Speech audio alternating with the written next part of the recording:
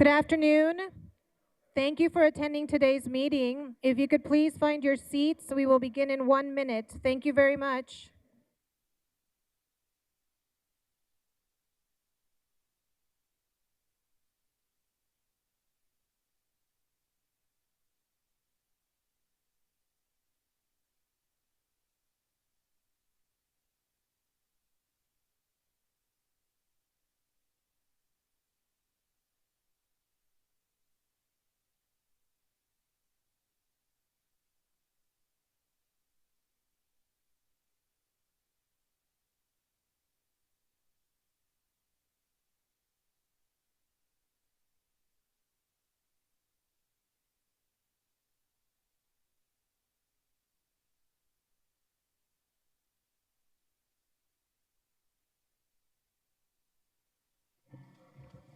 Good afternoon and welcome. We will begin with our invocation and welcome Chaplain Rabbi Levi Levertov.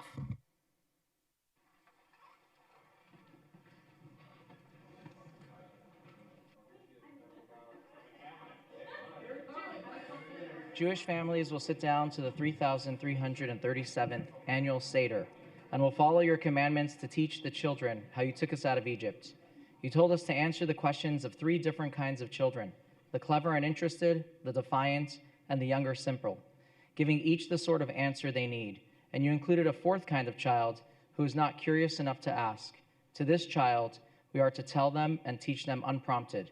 The Lubavitcher Rebbe, whose birthday is today, and whose legacy Governor Hobbs is honored by proclaiming today to be Education and Sharing Day.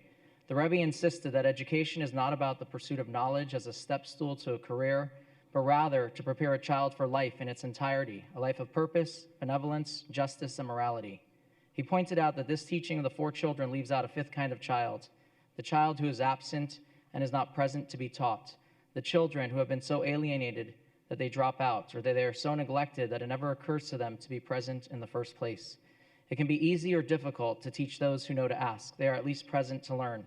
It is infinitely more difficult to teach those who are not present and don't even know that there is anything to be learned. The community can create a conducive atmosphere for learning. It can provide resources for teaching, but if a person is not open to being taught, nothing the community does will help.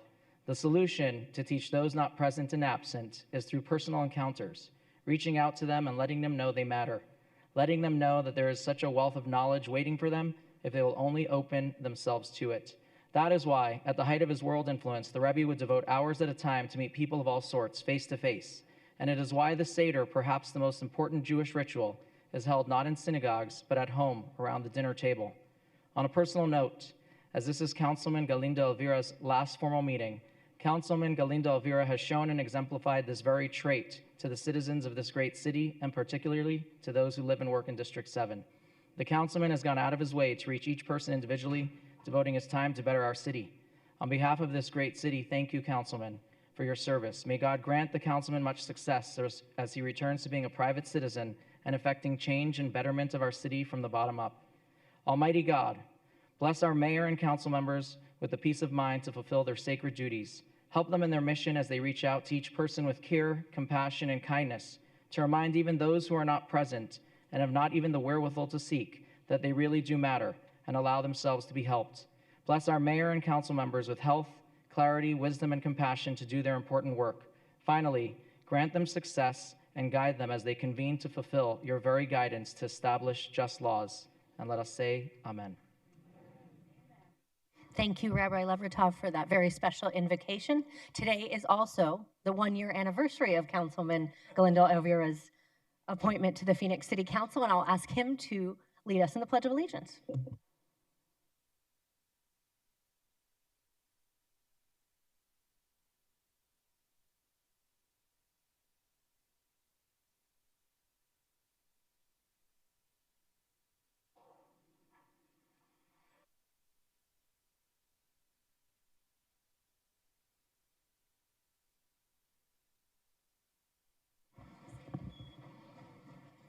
Thank you, Councilman. I'll now call the meeting to order. Will the clerk please call the roll? Councilman Galindo Elvira. Here. Councilwoman Guardado. Here. Councilwoman Hodge Washington. Here. Councilwoman Pastor. Here. Councilman Robinson. Councilwoman Stark. Here. Councilman Waring. Vice Mayor O'Brien. Here. Mayor Gallego. Here. Mario Barajas and Elsie Duarte are with us to provide interpretation. Mario, would you please introduce your team? Yes, Mayor, thank you. Good afternoon. My name is Mario Barajas, and I'll be working together with Elsie Duarte in providing and interpreting Spanish services to our residents. Now, I'll take a moment to introduce ourselves to our Spanish-speaking residents. Buenas tardes, yo soy Mario Barajas y junto con mi colega Elsie Duarte estaremos sirviéndoles como intérpretes a los de habla hispana el día de hoy. Queremos recordarle brevemente de que si es que van a estar dando un comentario público, ya no es necesario hacer pausas durante su comentario. Puede hacer su comentario completo y al final el intérprete va a estar interpretándoles al público y también a los miembros del consejo. Gracias. Thank you, Mayor. Thank you, Mario. I'll now turn to our city attorney to explain public comment. Thank you, Mayor. Members of the public may speak for up to 2 minutes to comment on agenda items. Comments must be related to the agenda item and the action being considered by the council. General comments that go beyond the scope of the agenda item must be made in the citizen comment session at the end of the agenda. The City Council and staff cannot discuss or comment on matters related to pending investigations, claims, or litigation.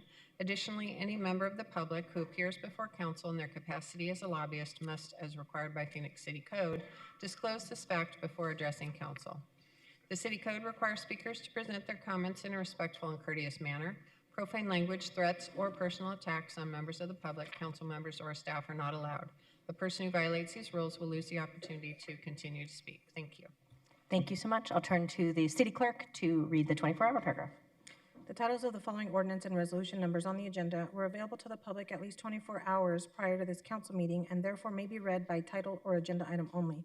Ordinances number G 7371 through 7380, S 51728 and 51778 through 51823, and resolutions 22287 through 22293.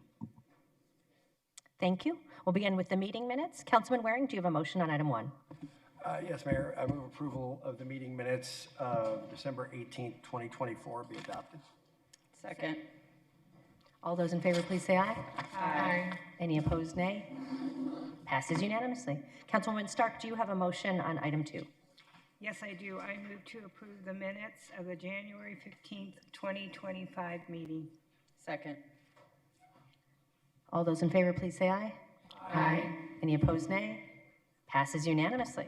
We have a very exciting boards and commissions appointments today. Vice Mayor, do we have a motion?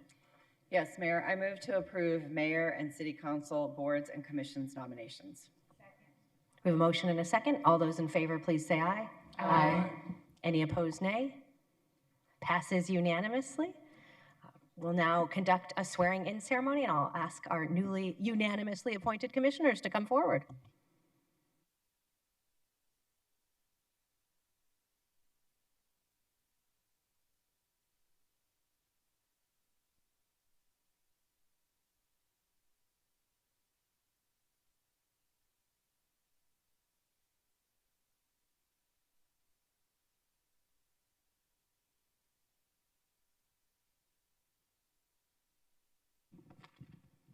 Please raise your right hand. I state your name. Do solemnly swear that I will support the Constitution of the United States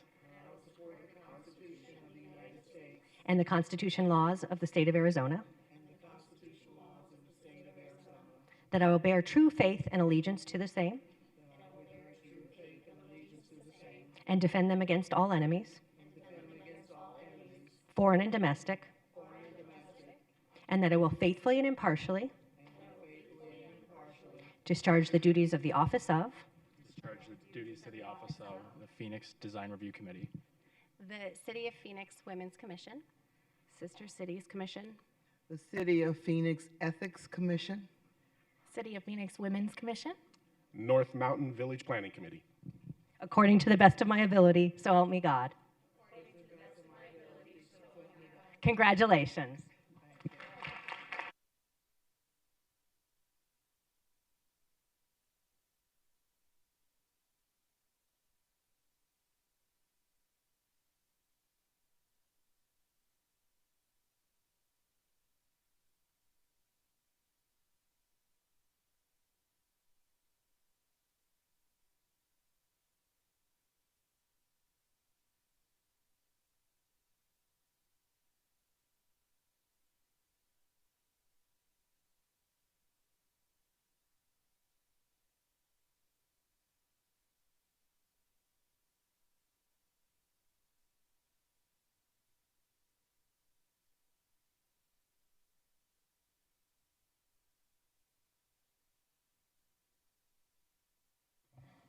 really important roles. Congratulations to our new commissioners.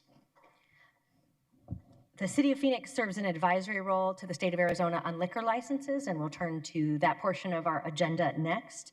Vice Mayor, do we have a motion? Mayor, I move to approve items 4 through 23, except item 7. Second. We have a motion and a second.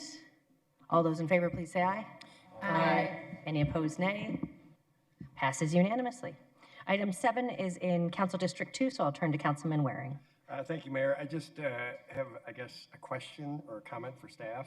So around midnight last night, we received an anonymous from a block number voicemail from a resident who wanted to talk about this issue. They're opposed and they claim that, I guess, this proprietor sold alcohol to minors in the past.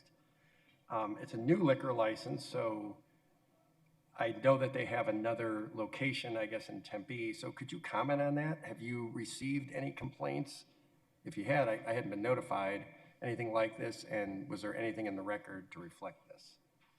Mayor and members of the council, thank you for your question, Councilman Waring. We did not receive any comments during the comment period, and this particular posting was up at this location from February 18th through March 11th. Okay, thanks. So they haven't had any trouble at their other location? That's correct, Councilman Waring. There were no violations at the other location in Tempe. I am aware that this is by a school. This is actually walking distance from a house that I lived in and owned for 12 years, so I'm very familiar. I just don't know that this one thing is going to change the dynamic of the neighborhood, if that's the issue at hand. And I'm sorry if you're listening, it's just you didn't give us a whole lot to work with on this, and we don't have any records to reflect what's being alleged, and it was anonymous. So I guess I'm going to move for approval, Mayor, keeping in mind that the state will also have a crack at this. We are not the deciding body on this. Second. Thank you. We have a motion and a second. Any comments? Roll call. Galindo Elvira, Yes. Guardado, Yes. Hodge Washington, Yes. Pastor, Yes. Stark, Yes. Waring, Yes. O'Brien, Yes. Gallego. Yes. Passes 8-0. City Clerk, are we ready for ordinances, resolutions, new business planning and zoning? Yes, Mayor. Vice Mayor, do we have a motion? We do. Mayor, I move to approve items 24 through 101, except the following. Items 47, 50, 51, 52, 53, 55, 58, 59, 60, 62, 73, 83, and 93 through 101, noting that item 34 is continued to May 21st, 2025. Item 83 is as corrected to reflect the correct address of 8130 North Black Canyon Highway.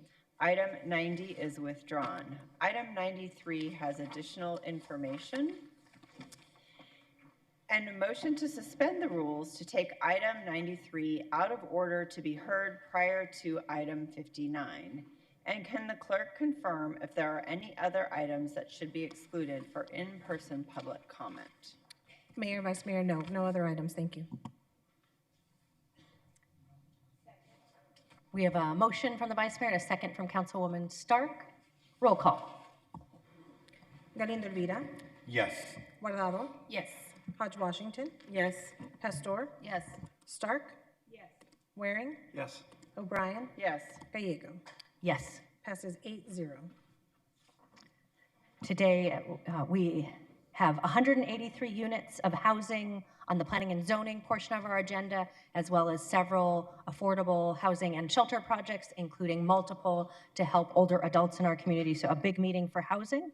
We also continued our great relationship with Bloomberg Consulting, which has helped us save millions of dollars and do innovative partnerships. And it's a very special meeting with the multiple milestones for Councilman Galindo Elvira. I will turn to him now for a motion on the form of the meeting. Thank you, Mayor. I move to suspend the rules to take item 55 as the last item on the agenda before citizens' comment. Second. We have a motion and a second. This motion will allow the councilman to have that item as his last vote on a formal meeting during this period of service on the Phoenix City Council. All those in favor, please say aye. Aye. Any opposed? Motion passes unanimously.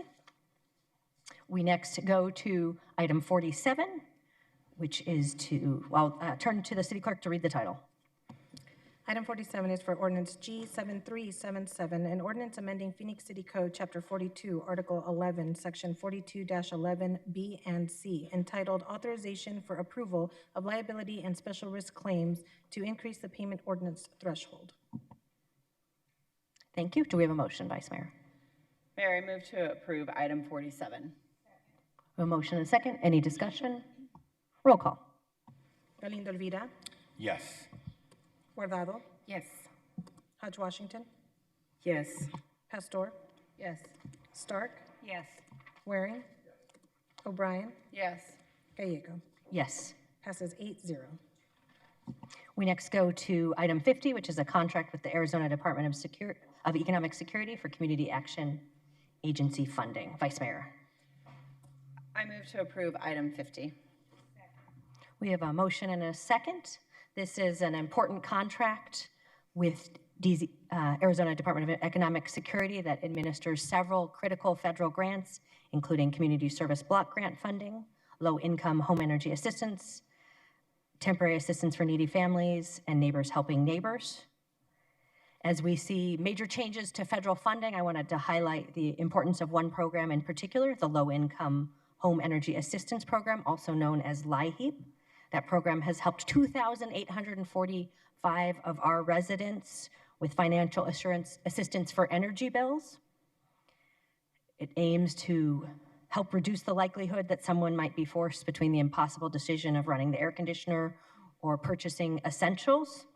We all know the dangers of extreme heat, and giving families the security to know they'll be safe and comfortable in their homes is a very important issue for us in a warm weather city like the city of Phoenix. Last week, the federal department, HHS, that manages this program, eliminated all of the staff that manages this home energy assistance. I'm very hopeful we will get a signal from the federal government about their continued support for this program. It was a deeply unsettling change as we are on already a very hot day of the year. And again, this program really does save lives in the city of Phoenix. Any additional comments? Vice Mayor. Thank you, Mayor. I've been clear in my belief that the highest impact we can have on homelessness is by keeping people housed. The programs funded by these various funding sources help us lift people out of poverty and back onto their feet. They're programs we utilize in our community court, designed to provide an alternative to the traditional judicial system for members of our homeless community. They include eviction prevention services, which is a program Councilwoman Hodge Washington has worked diligently on. And as I said in my recent letter that I sent to the Vice President, these federal programs and grants are not handouts or entitlements. They are federal investments to enhance the daily lives of federal taxpayers. These programs that help residents on the municipal level are exactly what these funds were intended to be used for and allocated by Congress for. Thank you, Mayor. Thank you. Roll call. Galindo Elvira, Yes. Guardado, Yes. Hodge Washington, Yes. Pastor, Yes. Stark, Yes. Waring, O'Brien, Yes. Gallego. Yes. Passes 8-0. Item 51 is to amend an ordinance for Senior Bridge project. Do we have a motion? I move to approve item 51. Second. A motion and a second. This particular item is a minor correction, but I do want to take the opportunity to share how excited I am about this innovative project. It will provide transitional and permanent housing to low-income seniors in our community using converted solar-powered shipping containers. Because of this innovative technology, we will allow the seniors who live there to avoid a monthly energy bill. I feel like we needed some good news after the last agenda update. This is one of the communities we want the doors to open as quickly as possible to help move seniors from homelessness to long-term, successful, permanent housing. The developer has an ambitious timeline, and I appreciate staff working to deliver this program and project as soon as we humanly can. We also want to recognize it as a partnership with Maricopa County, and we appreciate their investment as well. Any additional comments? Councilwoman Hodge Washington. Thank you, Mayor. I just wanted to echo the sentiments that you've raised, and I also think it's a continued investment in our critical housing solutions for our seniors, and I'm proud to say it's going to be right here in District 8. It's an innovative model that not only is meeting our growing demand for our older residents, but it's also doing it in a forward-thinking approach that it reflects the kind of solutions that we care about and our community deserves. So I just also wanted to echo those sentiments and thank staff for everything they're doing to move this project forward as quickly as possible. Well said. Roll call. Galindo Elvira. Yes. Guardado. Yes. Hodge Washington. Yes. Pastor. Yes. Stark. Yes. Waring. Yes. O'Brien. Yes. Gallego. Yes. Passes 8-0. Thank you. Next, we go to item 52, the planning and production of fireworks events. Do we have a motion? I move to approve item. Try that again. I move to approve item 52. Second. We have a motion and a second. This item is about our fireworks celebrations, and we all know how many happy memories there are of 4th of July in Phoenix. But given the challenges we've had with air quality, just wanted to update that the city continues to look for new ways to celebrate, and I think the Vice Mayor may have an update on one of those innovations. Many of us remember January 1st of this year, where our mountains were barely visible because of air quality challenges due to fireworks. We continue to look for innovative new technologies, many of which are being developed in Phoenix, Arizona, that address challenges with air pollution as well as fire prevention. So we continue, and I'll turn to the Vice Mayor to. Thank you, Mayor. We're excited that at the Deer Valley annual 4th of July fireworks, it will be instead a drone event. So we're excited to make that change there. Additionally, our annual double 10-day event will also be moving to a drone event from fireworks. So we support your remarks. Thank you. Thank you for your leadership on showcasing advanced technology from Phoenix, Arizona. Councilwoman Guardado hosts one of the beloved events in her district. I'll turn to her. Thank you, Mayor.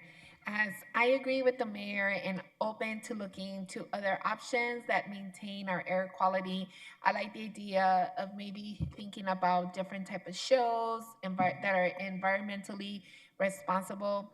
But still, I want to take a moment to express my appreciation for Phoenix's Light Up the Sky event held annually at the American Family Fields of Phoenix.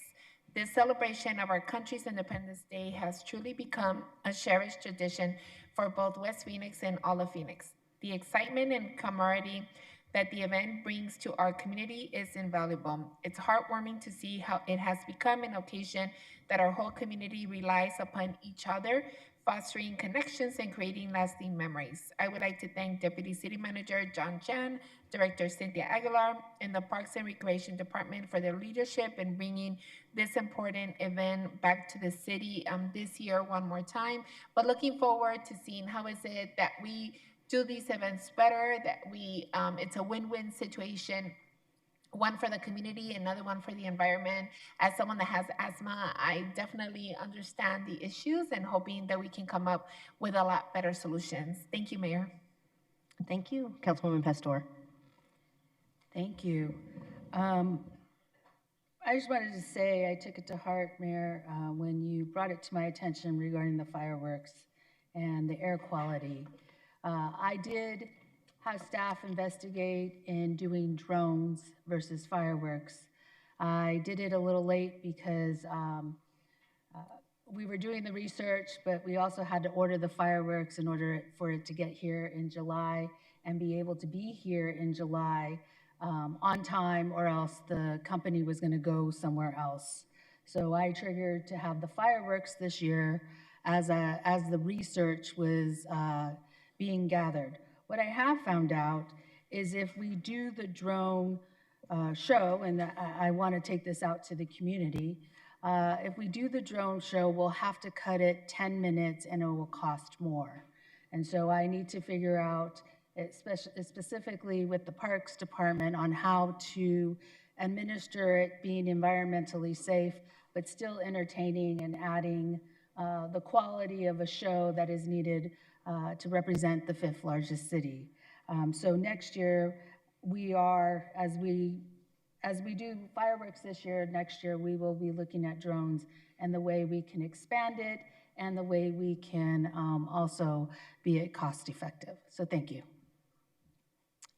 Thank you. And for background for folks, on January 1st, a air quality monitor in West Phoenix had the worst air quality in the country, driven by wood burning, fire, and consumer fireworks. So we've been trying to think what we can do. We also have a real challenge with very small particulates, PM 2.5 in this region, and we're trying to understand these issues.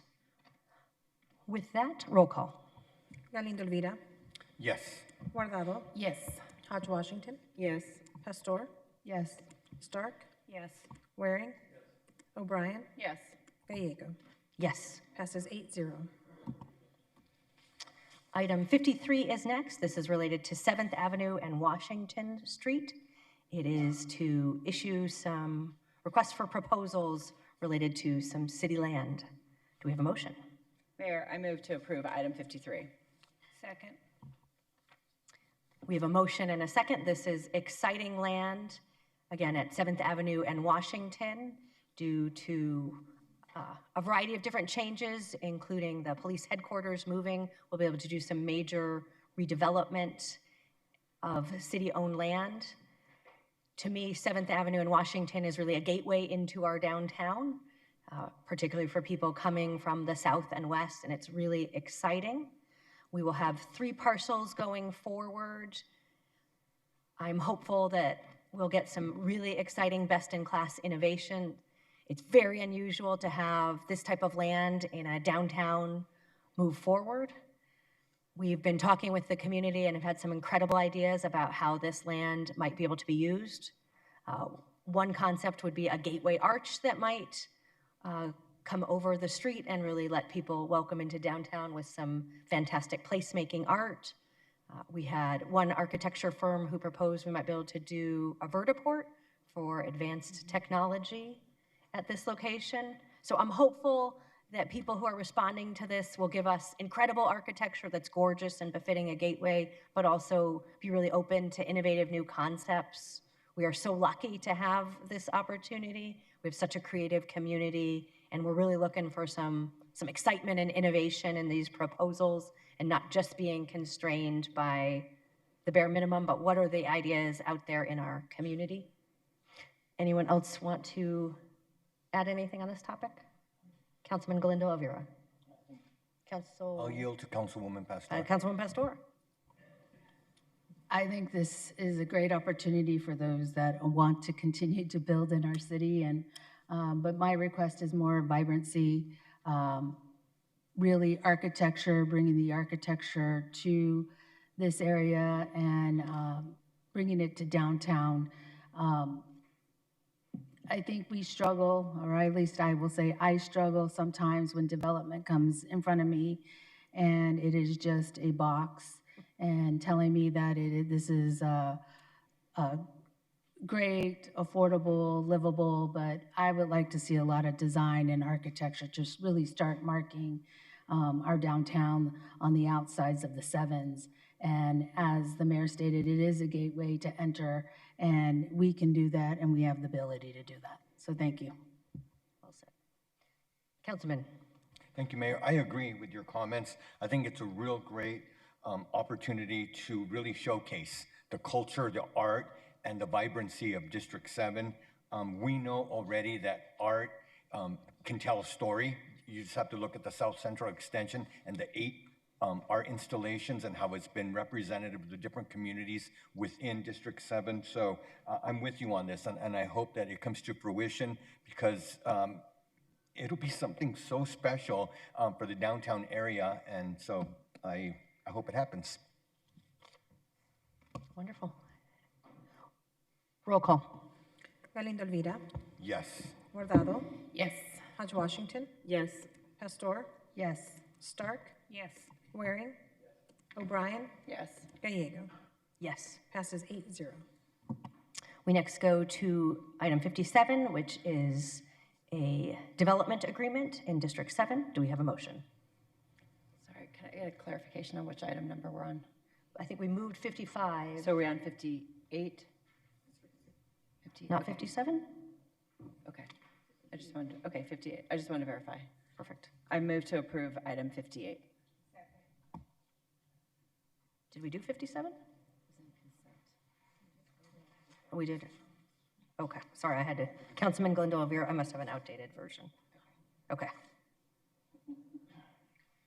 We have motion and a second on item 58. Any comments? Roll call. Galindo Elvira, Yes. Guardado, Yes. Hodge Washington, Yes. Pastor, Stark, Yes. Waring, No. O'Brien, Yes. Gallego. Yes. Passes 7-1. All right, now we go to item 93. We have to do, we moved 93. You have to take 93 before we take. So these are just for background for folks. Items 93 and 59 are related, but we need to take item 93 first, which is the public hearing on 69th and Thomas Redevelopment Area Plan. And then after that, we will go to 59, which is the development agreement. We will open the public hearing. We do have representatives available to speak if necessary. Does anyone need to have any questions? Okay. Do you want to, I'll close the public hearing and then we'll go to council member comments. All right. This is in District 7, so I'll turn to Councilman Galindo Elvira for the motion. Mayor, I move to approve the planning commission recommendation and adopt the related resolution. Second. We have a motion and a second on item 93. Councilwoman Guardado. Yes. Thank you so much, Mayor. So I'm going to be supporting this item, but I just have some questions. If Chris Mackey is here, I would love for her to come up. It was my understanding that when we expanded the GIPLET program for a situation such as this, it would be in order to solve for the crisis financial gap and to strategically help address the housing crisis we are dealing with here in Phoenix.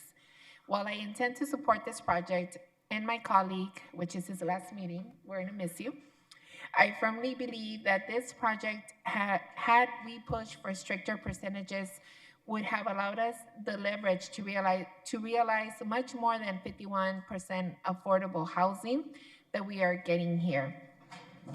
With the rise in homelessness and evictions, I would like to direct CED to take a look at raising the percentages for more affordable housing to ensure that going forward, we are much more clear with our expectations when it comes to GIPLETs and our goal of bringing more affordable housing to every part of our city. I think we're all in agreement on this dais that we see the numbers of evictions and everything that is happening and how our homeless population continues to grow, and we continue to see more and more families being unhoused.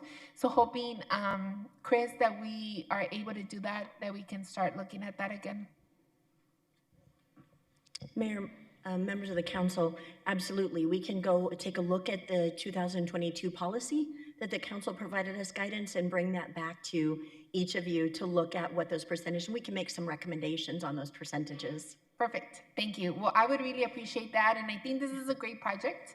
I want to thank Councilmember Galindo Elvira for his leadership on this and for everyone that was a part of this. I think this is what we were looking for when we decided to expand GIPLETs outside of the downtown core, and very happy to be able to support the project and looking forward to the changes that we'll do in the future. Thank you. Thank you, Mayor.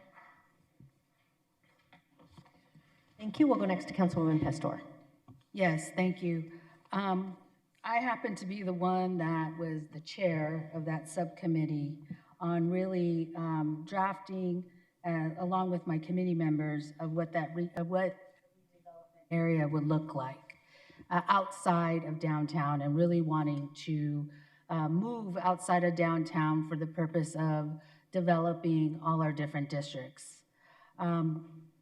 I commend this first one in the sense of this is our first one biting our teeth in our first redevelopment area.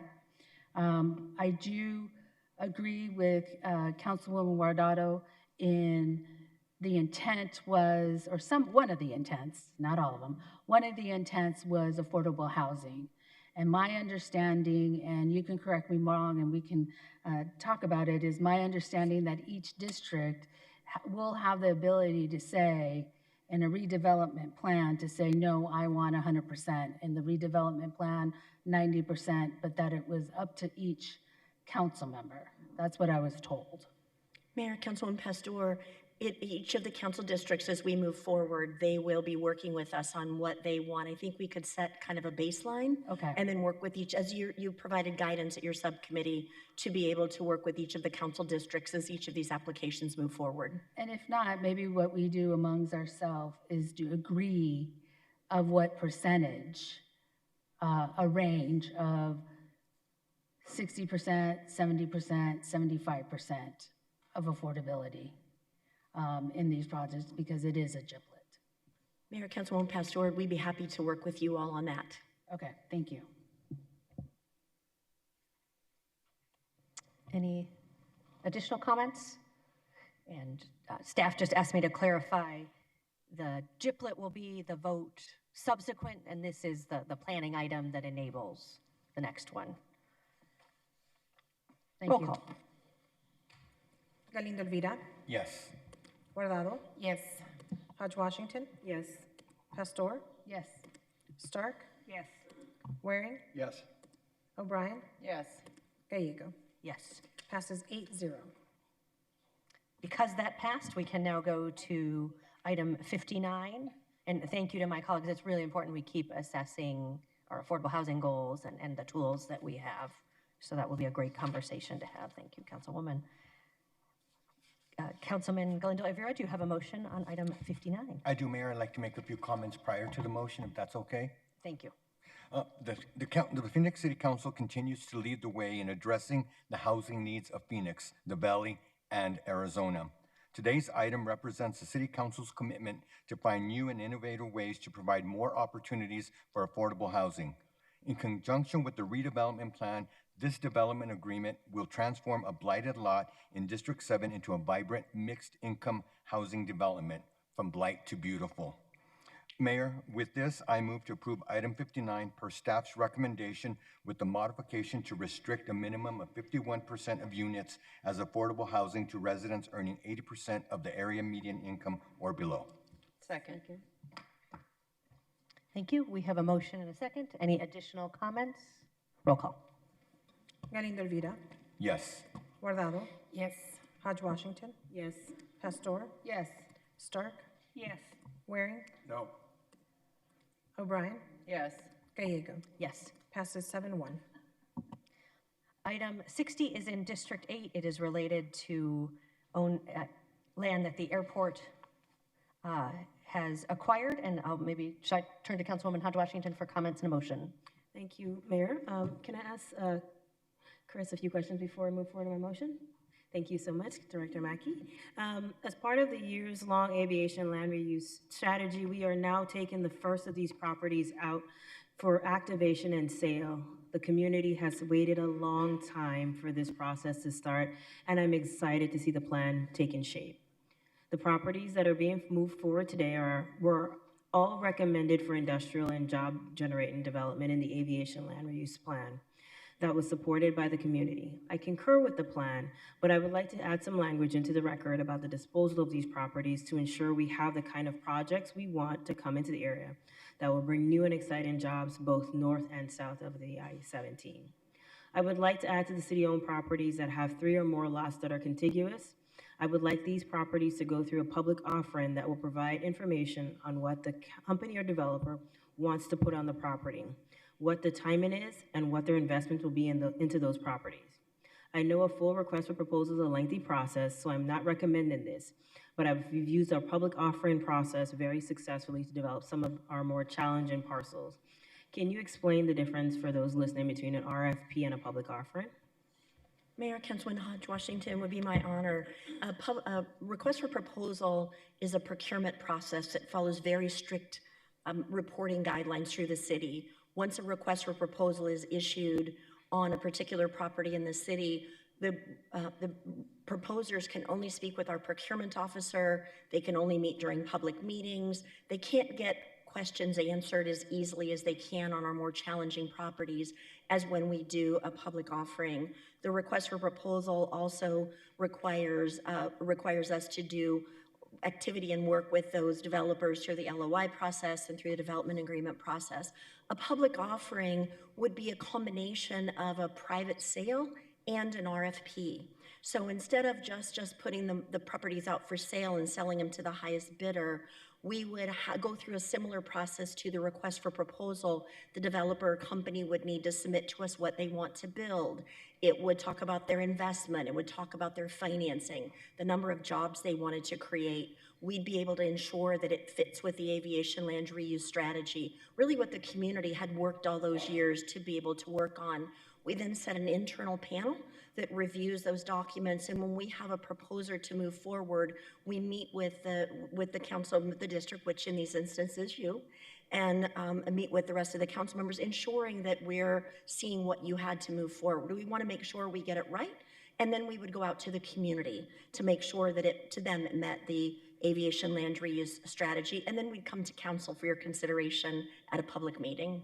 Thank you for that explanation. I think the public offering route provides us a little bit more oversight into ensuring those parcels conform with what the community recommended in the land reuse strategy. So thank you for that. Will we be taking these properties out all at once, or will they be staggered, more of a staggered approach? Mayor, Councilwoman Hodge Washington, we'd recommend taking them out in a staggered approach. And the reason being is we'd be looking at market conditions, we'd be looking at the evolution of the market and the innovation of the market, and being able to ensure that we're bringing those best job opportunities into the aviation land reuse area. So we would highly recommend taking them out as staggered. As an example, if you look at area F and G on the maps that are part of the attachment, we would recommend taking F out in 2 parcels, one the west parcel and one the east parcel, but we'd recommend taking G out all as one. I think the ability that we have to make contiguous parcels there brings us to the best opportunity to bring in jobs in good industrial and flex tech type development into the area for the community. Really ensuring we don't, in a conversation I had with some of you, no, we're not looking for outdoor storage. Thank you. And then I just want to clarify, we've talked a little bit about kind of the process of distinction between the public offering and an RFP. We've talked a little bit about staggering them out. I just want to make sure we all have a clear understanding as to what happens when staff determines that a project is a good fit for development on one of these parcels. Absolutely, Mayor, Councilman Hodge Washington, just like to put it on the record and for those watching to know, when we, in these groups of 3 and how we've been able to look at our maps and see kind of to us how they would make a logical flow, we'll probably have 15 to 20 public offerings, so we'll be back before you about 20 times with these particular sites. And what we would do is we would post the public offering in our media channels. We send it out to community members. We have about 1,100 individuals that receive our RFPs. We can send the same information out. We'll post it in newspapers so that we get it out as deep as we can into the development community to see what we have to look at. They would then submit their proposals back. Staff would review them to ensure that they met the requirements of the aviation land reuse strategy. We would then convene an internal working group to see, is planning seeing something that CED isn't, or is street seeing something that we're not, before we all feel comfortable with coming forward to you all with a recommendation. And of course, going to the community, hosting a public community meeting at that time, and then coming back to the council for their full consideration. And we'd have renderings and pictures and timelines to hold accountable. We would then, it wouldn't just be a pure sale to the entity. We'd enter into an agreement that stated contractually what they plan to build on the site. And I presume that it's after all of that has been completed is when the property would be transferred to the recommended applicant, correct? Mayor, Councilman Hodge Washington, you're correct, except we'd recommend going one more step. What we find sometimes is the market's very hot and we get everything lined up and we transfer a property and then nothing develops on that property. That's happened to us 2 times in the past. Nothing happens on that property. What we recommend is that we don't transfer the property to them until they have their building permits ready to issue. So someone isn't just sitting on the city's land waiting for a value to increase over time. And we've not had that happen often. It's sometimes the market conditions shift between one side and the other. And just to protect our citizens, we'd recommend that change happening at building permit issuance. Thank you so much for the clarification. Thank you for the clarity and that you brought to this discussion. Mayor, at this juncture, I would like to make a motion to approve item number 60 with the following stipulation. For city-owned properties in the aviation land reuse area known as areas F, G, H, and I that have 3 or more lots that are contiguous, these properties will be offered through a public offering by Aviation and the Community and Economic Development Departments, and that those projects will come back before the City Council for consideration of the development and sale. Second. Thank you. We have a motion and a second. Councilwoman Pastor. I have a question, and I'm glad you mentioned, because I've had this experience. With the aviation land use, we could go through this whole process. Somebody could say, yes, I'm going to do this, and then choose not to. Will we be able to have then in that written contract, be able then to pull that land back and be able then to put it back up for an a public use? Mayor, Councilwoman Pastor, absolutely. And in fact, we would bring those terms to the City Council for your consideration as to length of time that we would give them to pull their building permits. Typically, we see somewhere between 12 and 30 months. And at that point, we would, if they didn't develop, we would default them, give them a chance to cure, and then bring the property back into our ownership. Or bring our property back into our control. And then what if the person that is awarded that decides midway to change what they've what we agreed to, the city agreed to, and then midway will change what the idea is or whatever the concept, because that has happened to me also. Mayor, Councilwoman Pastor, we've learned our lesson from years ago, and we have language now in our contracts that state that it has to be in substantial conformance with what came forward to the City Council. So if those changes were to happen, it would have to come before the City Council for your consideration to change those uses. And if you chose not to do that, we would cancel the public offering. Well, I'd hope it would have to go in front of the community. Mayor, Councilwoman Pastor, absolutely. We would take it, before we come forward to the council, we always like to go to the community. We'd rather have those conversations and any modifications that they would like to see negotiated with the developer before we enter this chambers and have that conversation where they can have their input and influence those changes. Thank you, Chris. Thank you, Mayor. Thank you. Any additional comments? Really appreciate Councilwoman Hunt Washington's motion, which will help us better meet the needs of the community. For more than a decade, we have been working with the communities around these series of properties to try to develop a plan. The city, with partnership with the federal government, has purchased a lot of land that was impacted by airport noise, but it is in existing neighborhoods near businesses and homes, and we want to make sure that uses for these lands make sense for that. I shall confess I was one of the people who talked to the Economic Development Director about outdoor storage, because you don't want a storage thing outdoor storage next to your home. And so we're going to try to use deed restrictions and other tools to make sure that we honor the community's input on this plan, and Councilwoman Hunt Washington's motion really helps move that forward. So look forward to supporting that. Roll call. Galindo Elvira. Yes. Guardado. Yes. Hodge Washington. Yes. Pastor. Yes. Stark. Yes. Waring. Yes. O'Brien. Yes. Gallego. Yes. Passes 8-0. Item 62 is a public hearing and resolution adopting the updated downtown redevelopment area plan. We'll open the public hearing. I will close the public hearing. Vice Mayor, do we have a motion? I move to approve item 62. Second. Any comments? Roll call. Galindo Elvira, Yes. Guardado, Yes. Hodge Washington, Yes. Pastor, Yes. Stark, Yes. Waring, Yes. O'Brien? Yes. Gallego. Yes. Passes 8-0.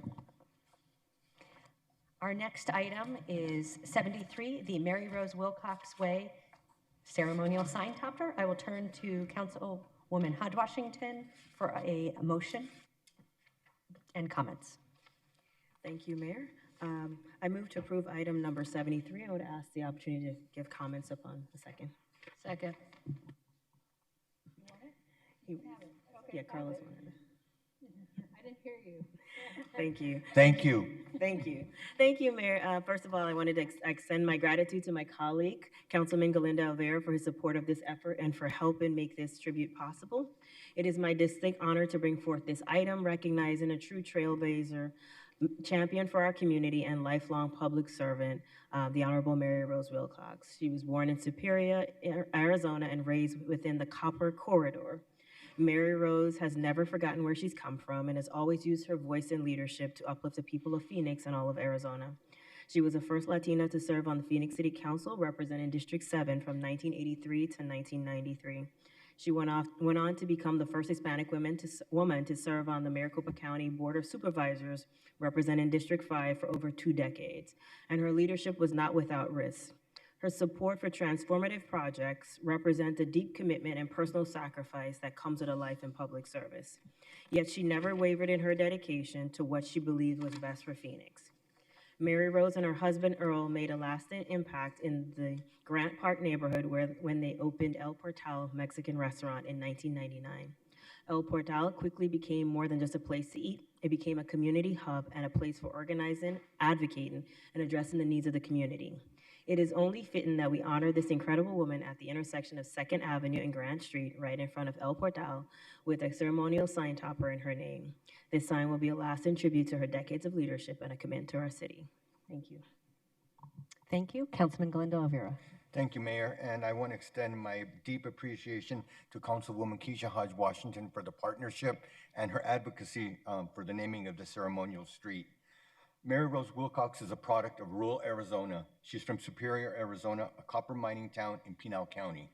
In 1983, Mary Rose Wilcox was the first Mexican-American woman elected to the Phoenix City Council. 10 years later, in 1993, she was elected to the Maricopa County Board of Supervisors. When Councilwoman Hodge Washington and I agreed on naming the street, there could have been no other better name than the Mary Rose Wilcox Way. Because for Mary Rose, there is no other way than her commitment and determination to improve the lives of others. Her mining town roots and labor union upbringing infused in her allegiance of service to the community and appreciation for the value of coalition building and working to bring about economic and political change. In May and June of 1972, Santa Rita Hall became the United Farm Workers headquarters. Many nationally known figures, civil rights figures, showed up in solidarity with Cesar Chavez's 24-day fast. Mary Rose was there when Coretta Scott King came to Santa Rita Hall. That moment propelled her into political action and to be a community leader. In 1978, Mary Rose Wilcox became a caseworker in the office of United States Senator Dennis DeConcini. She later became the Senator's special assistant and liaison with the Small Business Administration and the Immigration and Naturalization Service. Personally, I'm proud to have 2 things in common with Mary Rose. We're both from the Copper Corridor and served on the Phoenix City Council representing District 7, and we both work for former Senator Dennis DeConcini. Mary Rose's legacy will be one that she was unafraid and took issues head on, and that's her way. Nicely put. Councilwoman Pastor. Thank you. First, I want to thank my colleagues for recognizing a very inspiring, powerful, humble Latina that has served not only the roots, her copper mining roots, but also served the city of Phoenix and the county. And Mary Rose is actually a mentor of mine because Mary Rose and my father were very close. And my father really, and Mary Rose, together, because of their friendship, helped one another to get elected. She was the first Latina elected at the city of Phoenix and then on to the county. That's incredible, especially during that time of the 1970s. And that was really where, as Councilman Galindo Alvira spoke about Santa Rita Hall and the inspiring of Cesar Chavez, really where the movement of local Hispanics and corridor Hispanics decided that they were going to create the movement and make change within the city of Phoenix and making an impactful change by electing, and not only electing, placing people in positions in private and public so that they could influence the community. One of the things I also want to say is she won her election in 1983 and has won after that 10 times. That's incredible for a woman like that. Mary Rose helped unionize and boycotted with the farm workers, as we stated about Santa Rita Hall. And she defended and fought for our immigrant community and continues to fight for our immigrant community. She was actually, there was a collective group, but she was actually the pioneer of the collective of what we know today of Office of Accountability and Transparency. Office of Accountability and Transparency goes back to that space and time of when they have been advocating for it to be here today. I had the great pleasure to be part of voting for the Office of Accountability and Transparency and for her to be able to witness it. She was also part of creating the Black and Brown Coalition. And this was a coalition that brought the Black and Brown community together to build relationships, but also to elect candidates. It's especially significant to have, to be honored in front of El Portal, which has become the staple of the must-go-to place of the politicals to be able to solve problems and come with solution as a collective. Before El Portal, what we had in back in the day, what used to be called Oaxaca, and that's where you would really sit and see the legislature, the county, the state, the city come in and have lunch and discuss the issues and then come up with plans on how to solve them and bring money together. El Portal has replaced that space for us. She wouldn't have been able to do it without her husband, Earl Wilcox, and in his own right, he has his own legacy. And one day we'll talk about it.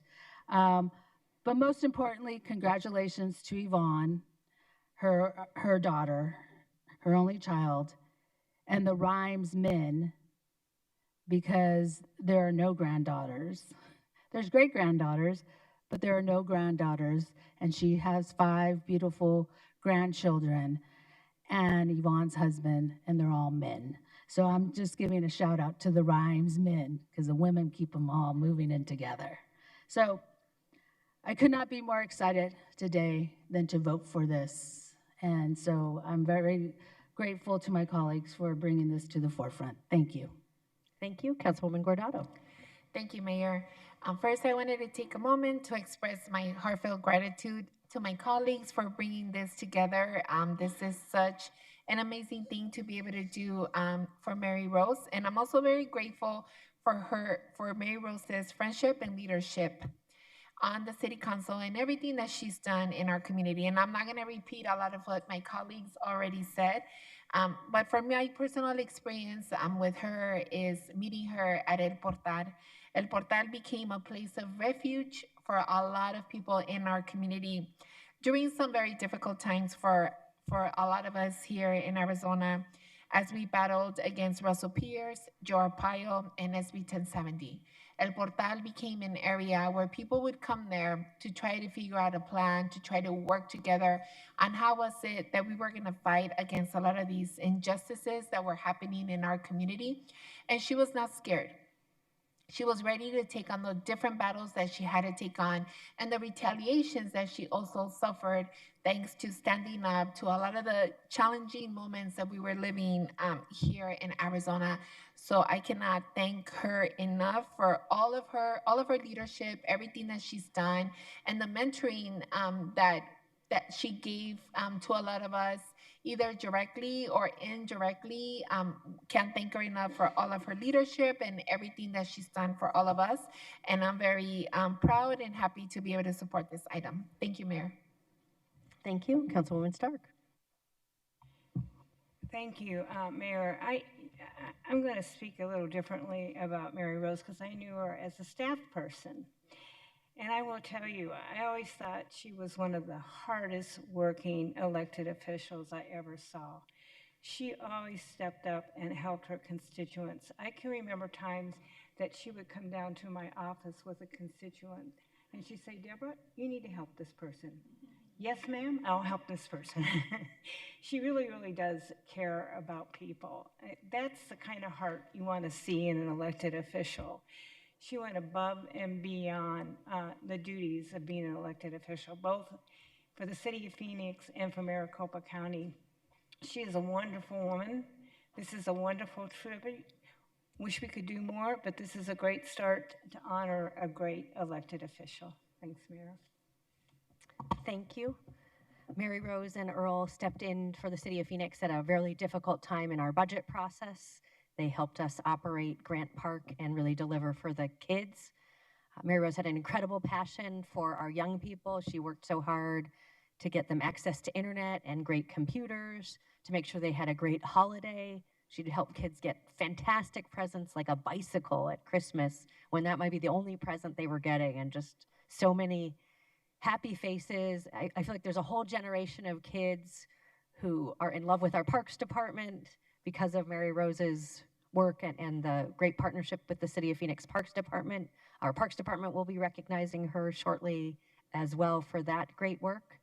I also want to acknowledge her service on what was the Maricopa Integrated Healthcare System, became Valleywise during her time of service. She helped lead a bond that made huge investments in the City of Phoenix, including a really best in the nation burn unit, a wonderful clinic that helps serve our refugee women. So many folks who didn't usually have an advocate benefited from Mary Rose's leadership and concern. I got some personal benefits. She really helped make sure during COVID that there was access to vaccines, and my son got vaccinated at one of the clinics that she helped sponsor. She was very kind because he was in a phase where he really did not like shots, and he went running all over Grant Park, and she helped me with that. So was grateful more on a personal level from a mom to another mom. And so really looking forward to supporting this item. Thank you to Councilwoman Hodge Washington and Councilwoman Galindo Elvira for bringing it forward. Another benefit of the remarkable partnership that the two of you have had. You guys have certainly shown how much two elected officials can get done when working together, and we're all better off for it. So thank you both. Roll call. Galindo Elvira. Yes. Guardado. Yes. Hodge Washington. Yes. Pastor. Yes. Stark. Yes. Waring. Yes. O'Brien. Yes.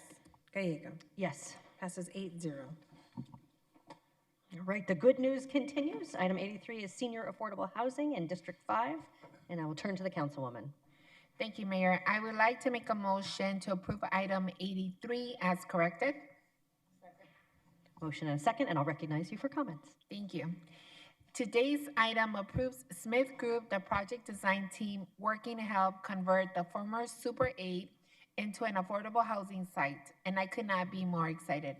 Approval of this item will allow Smith Group to continue their work and support the construction process and selection of a general contractor. Smith Group will work closely with OHS to ensure the project goes smoothly. Once complete, the converted hotel will provide 126 126 units of affordable housing for seniors age 55 plus with very low incomes. We are on schedule to have a general contractor on board by August 2025 and targeting timeline for leasing to begin in June of 2026. The project is adjacent to the Cass Haven, which is already open, Senior Emergency Shelter and Innovation 27 Workforce and Education Center, and will revitalize the area and surrounding community. This item adds the ability for OHS and the Streets Department to work with Smith Group for the construction portion of the hotel conversion project at the former Super 8. We need to come up with a new name. I want to thank Assistant City Manager Inger Erickson, Deputy City Manager Gina Montes, the City Engineer and Human Services Department, and also our City Manager for all of their incredible work in making sure that we were able to bring this item today. Thank you, Mayor. Thank you, Councilwoman. Thank you for your hard work and all the neighbors in your community who helped us get here. Roll call. Galindo Elvira. Yes. Guardado. Yes. Hodge Washington. Yes. Pastor. Congratulations, Councilwoman Guardado. Yes. Stark. Yes. Waring. Yes. O'Brien. Yes. Gallego. Yes. Passes 8-0. And thank you to Senator Kelly, who also helped us with some congressionally directed spending to help move forward in this area. Next, we go to item 94, which is amending the downtown code. We'll open the public hearing. We do have one individual available to speak if necessary. Any questions? Close the public hearing. Do we have a motion? I move to approve per the Planning Commission recommendation and adopt the related ordinance. Second. Motion and a second. Roll call. Galindo Elvira. Yes. Guardado. Yes. Hodge Washington. Yes. Pastor.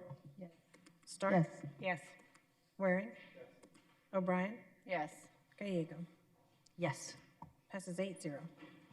Item 95 and 96 are both related to an area near 67th Avenue and Adams Street. We will have one hearing and 2 votes.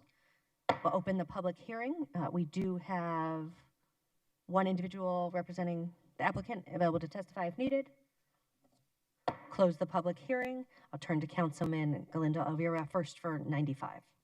Mayor, I move to approve item 95. Second. With per the Planning the Commission Planning Commission. recommendation and approve the related resolution. Yes. Yes. Yeah. Thank you for that. Can't keep this. Any comments? Roll call. Galindo Elvira. Yes. Guardado. Yes. Hodge Washington. Yes. Pastor. Yes. Stark. Yes. Waring. Yes. O'Brien. Yes. Gallego. Yes. Passes 8-0. Item 96. Mayor, I move to approve item 96, and the chorus says? Yes. But per Per the Planning Commission recommendation and adopt the related ordinance. The chorus, I heard you. Okay, okay. the chorus did not do well, guys. Second. We have a motion and a second on the councilman's motion to approve for Planning Commission and adopt the related ordinance. Any comments? Roll call. Galindo Elvira. Yes. Guardado. Yes. Hodge Washington. Yes. Pastor. Yes. Stark. Yes. Waring. Yes. O'Brien. Yes. Gallego. Yes. Passes 8-0. Item 97 and 98 are both related to the northwest corner of 30th Avenue and Deer Valley. We will have one public hearing and 2 votes. Open the public hearing. We do have a representative for the applicant available to speak if necessary. Close the public hearing. This is in District 1. I'll turn to the Vice Mayor. Thank you, Mayor. I move to approve the Planning Commission, for the Planning Commission recommendation and adopt the related resolution. Second. Any comments? I do have comments. Wonderful. Vice Mayor. All right. Related both to 97 and 98, I could not be more proud and excited for this project, which will offer needed affordable housing in North Phoenix to the LIHTC housing. This project is planned to be 5 stories, making it equal in height to the tallest residential building north of the Loop 101. It's expected to have 147 units with various sized options ranging from 2 bedrooms up to 4 bedrooms for families. When I asked for diversity in housing in my district, this is what I was asking for. Housing where families of all income levels could truly live in the communities they work in. This project will join other points of pride throughout District 1, including projects like the Reserve at Thunderbird, which offers housing so families can begin to rebuild after experiencing home life troubles or homelessness, or projects like Home at Happy Valley, developed by Shelter Asset Management, which at the time was the tallest residential project north of the 101 and offers truly attainable housing opportunities. While the northern part of my district experiences rapid growth with the development of high-paying jobs thanks to historic investments from TSMC, we will need places for community members of all income levels, a true diversity of housing options for all. I'm very proud to have made this motion to approve the LIHTC housing in District 1. Thank you. Second, and congratulations. Thank you for bringing much needed investment. Roll call. Galindo Elvira. Yes. Guardado. Yes. Hodge Washington. Yes. Pastor. Yes. Stark. Yes. Waring. Yes. O'Brien. Yes. Gallego. Yes. Passes. Sorry. 8-0. Item 98. Mayor, I move to approve per the Planning Commission recommendation and adopt the related ordinance. Second. Motion and a second. Any comments? Roll call. Galindo Elvira. Yes. Guardado. Yes. Hodge Washington. Yes. Pastor. Yes. Stark. Yes. Waring. Yes. O'Brien. Yes. Gallego. Yes. Passes 8-0. Items 99 through 101 are all related. We will have one public hearing and 3 votes. We'll begin with a staff report, and then we will go to a chair of a commission that helped us with these items, followed by a chair of a commission who advises us on water. These are really important investments. We have been working on this for a very long time. A huge thank you to Alan, Josh, and Adam Miller for your thoughtful and thorough work on this area, as well as leaders from a variety of different departments, including related to water.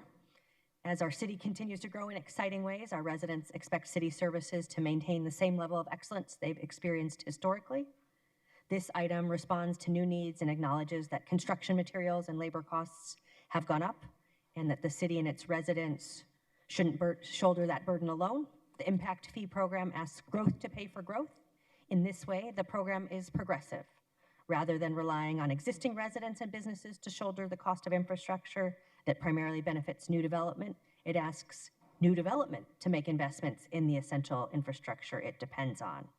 I want to thank the many members of the development community and related organizations who have been meeting with our city manager's office and our city staff since January of 2024 to develop a schedule of fees.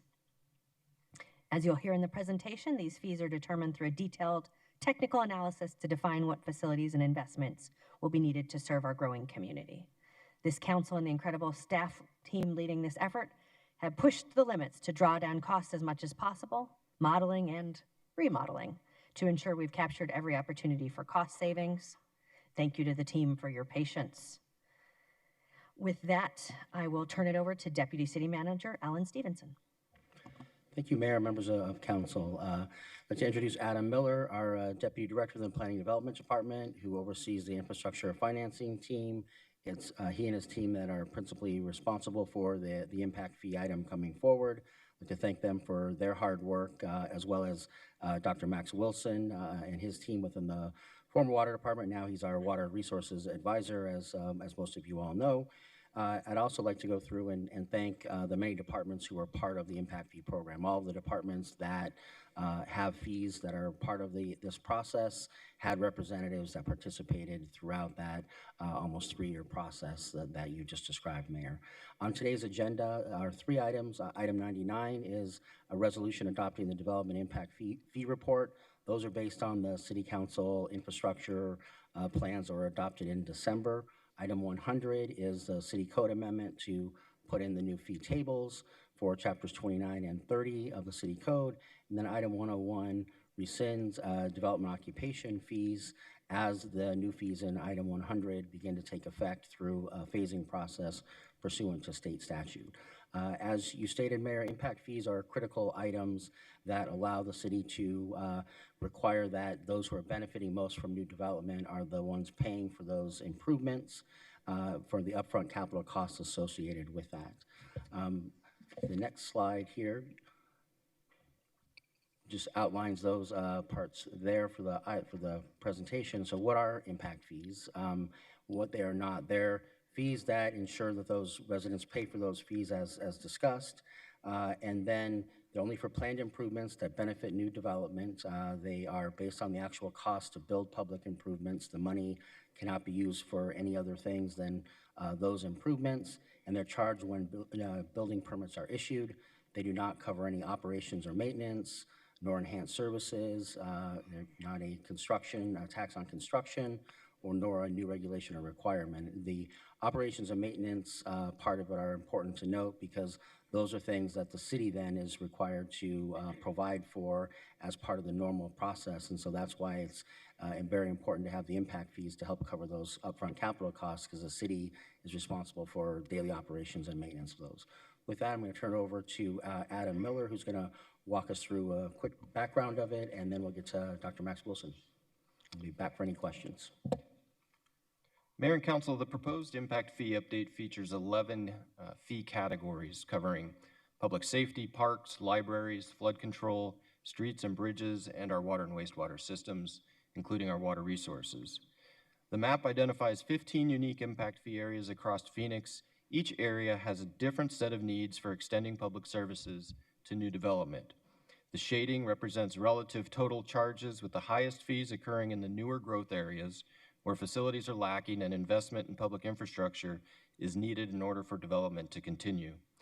The proposed update extends water and wastewater treatment fees to the green shaded areas, such that all new development will contribute toward long-term water system resiliency along with existing ratepayers.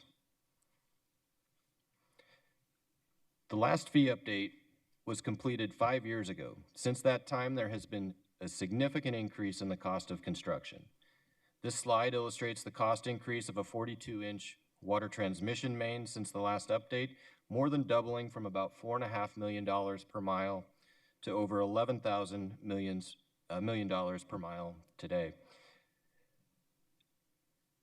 This is a similar slide featuring road costs that have nearly doubled and bridge costs that have more than doubled since 2019.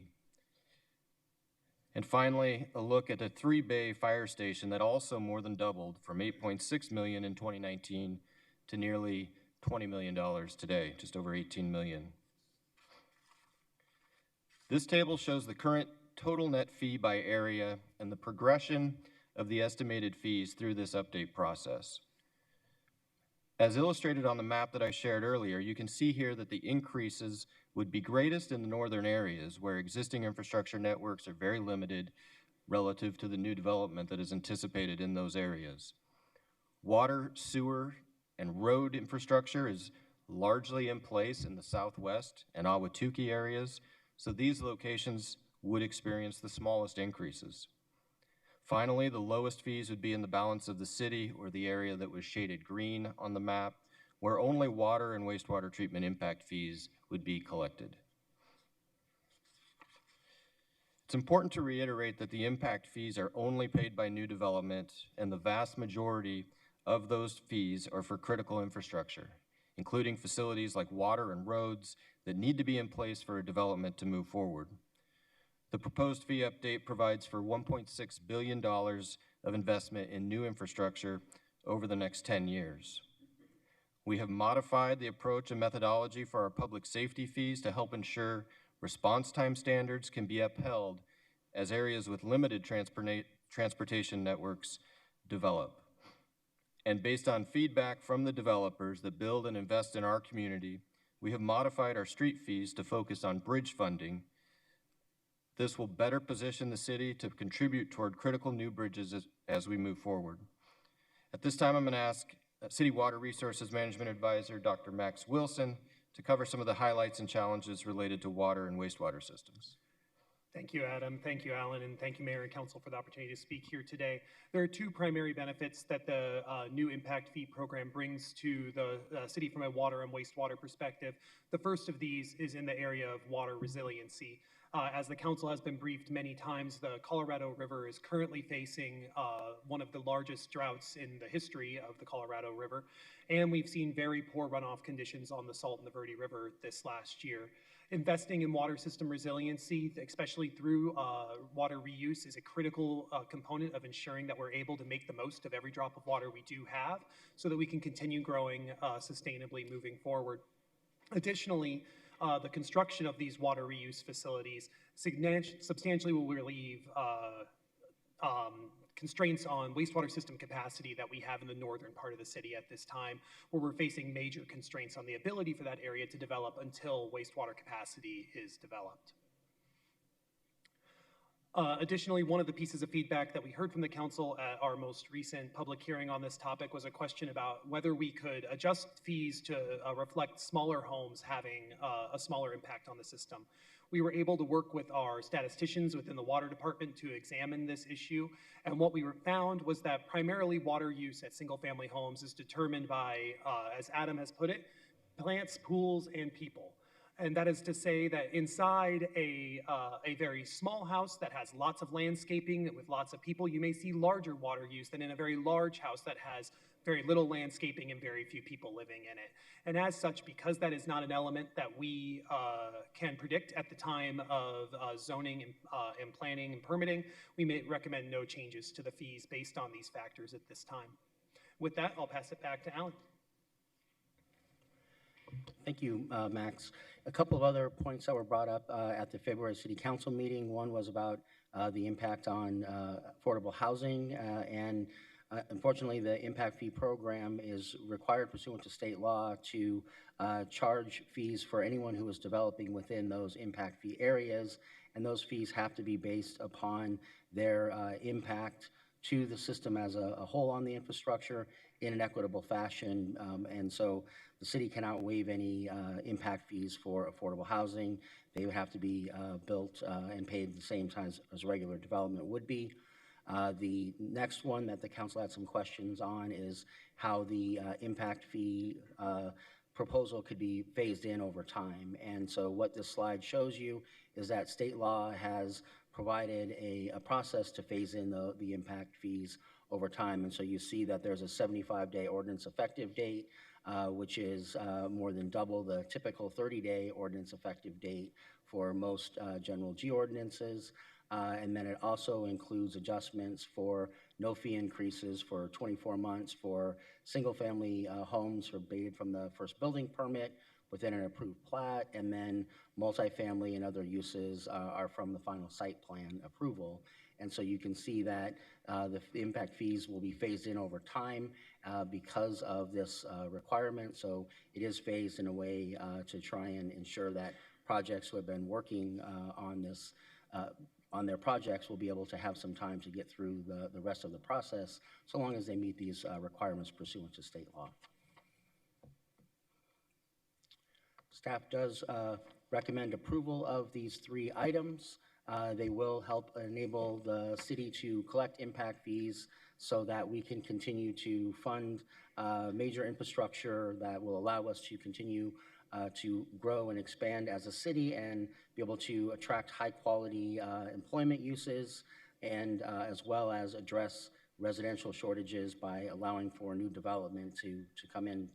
I would like to note that we do have support letters from the Arizona chapter of the Association of General Contractors, along with a support letter from Valley Partnership about the process and acknowledging the need for the fees because of the increase in costs over the last 5 years. With that, we're happy to answer any questions. Thank you. Any questions before we go to public comment? Wonderful. We will begin with public comment. Again, we will have one hearing on all of these items, but 3 votes. We will begin with the chair of our advisory committee, Heidi Kimball, followed by Dave White, who chairs our water rate advisory committee. Thank you, Madam Chair. On? Yes, it is. Okay, sorry. Good afternoon, Mayor and council members. Thank you for the opportunity to speak with you today about the process the committee has undertaken for the past year. It's been my honor to chair this committee once again, and I was pleased to work with city staff, consultants, and the members of the committee. I hope you had the opportunity to review our recommendation and comments dated August 2nd regarding the process and recommendations outlined in the draft land use assumptions and the IFP update. Per statute, the committee's role is advisory only, and as such, we relied on city staff and consultants for the incredible amount of work required for this data-driven process. We found staff members to be highly communicative, responsive, and inclusive throughout the 10-month 14-meeting process. In particular, I'd like to thank Adam Miller for managing the process and providing thoughtful guidance and instruction. The constituency of the committee is broad and includes representatives from all segments of the real estate development community and home building industries, including affordable housing, as well as the Arizona State Land Department, Sonoran Preserve and Mountain Parks Preserve Committee, and development-related trade associations. With regard to the land use assumptions, considerable time and attention was devoted to assure the projected growth was sequential and logical, knowing this drives the infrastructure required and thus the resulting fees. The level of detail was literally down to a parcel-by-parcel analysis. Likewise, the committee scrutinized the costs for all the necessary improvements, down even to the per square foot of landscaping in public parks. Again, city staff was entirely transparent in this effort and provided any information requested by the committee. In particular, it should be noted that staff went to great lengths to find ways to minimize the resulting fees through methodology that doesn't overburden one cohort of new development over another. That's the end of my 2 minutes, I guess. You feel free to finish the thought. Okay, thank you. Finally, I'd like to note that the resulting fees are admittedly going to be burdensome, especially for affordable and attainable housing. We encourage the city to undertake a revision of the IFP should factors arise that could result in a reduction of the fees prior to the next required update. Thank you. Thank you. Real public service to chair this committee, and it's not the first time you've testified before this council, so we appreciate you taking your time to help us have a good process. We'll go next to Dave White, followed by Patrick McDaniel. Good afternoon, Mayor and members of the council. It is my pleasure to speak with you today. My name is Dave White. I am a professor at Arizona State University, and I have the pleasure to chair the Water and Wastewater Rate Advisory Committee. I'd first like to thank staff, consultants, and the committee for the deliberative, thoughtful, inclusive, and comprehensive process undertaken to come to the set of recommendations that sit before you today. On behalf of myself and on behalf of the committee, I'm here to express support for the implementation of the impact fees as described in the presentation. I'd like to emphasize 2 points in my brief comments. First, to reiterate what Dr. Wilson shared, the impact fees provide the necessary investment for infrastructure that will ensure resiliency of the city's water and wastewater systems, particularly in the face of increasing stress from surface water supplies from the Colorado River, as well as increasing stress on groundwater supplies. I'd like to point out in particular the development of the advanced water purification process and investment in that renewable, locally controlled, drought-resilient, drought-resistant resource. And the impact fees and the associated investments in infrastructure in water and wastewater will enable the city to continue to grow in a sustainable and resilient fashion. Second, I'd like to point out and emphasize to this committee the fact that the infrastructure, the impact fees as described, are an equitable and targeted way that, while recognize the burden that it adds to our citizens, it is targeted, equitable, and allows growth to pay for growth. And with that, I'll conclude my brief comments and just reassert the committee's support as well as the committee's gratitude for the Water Rate Advisory Committee's gratitude to staff and consultants for their thoughtful and deliberative process. Thank you, Mayor and Council. Thank you, and thank you for your public service and chairing one of our key committees. We'll next go to Patrick McDaniel, followed by Michael Norton.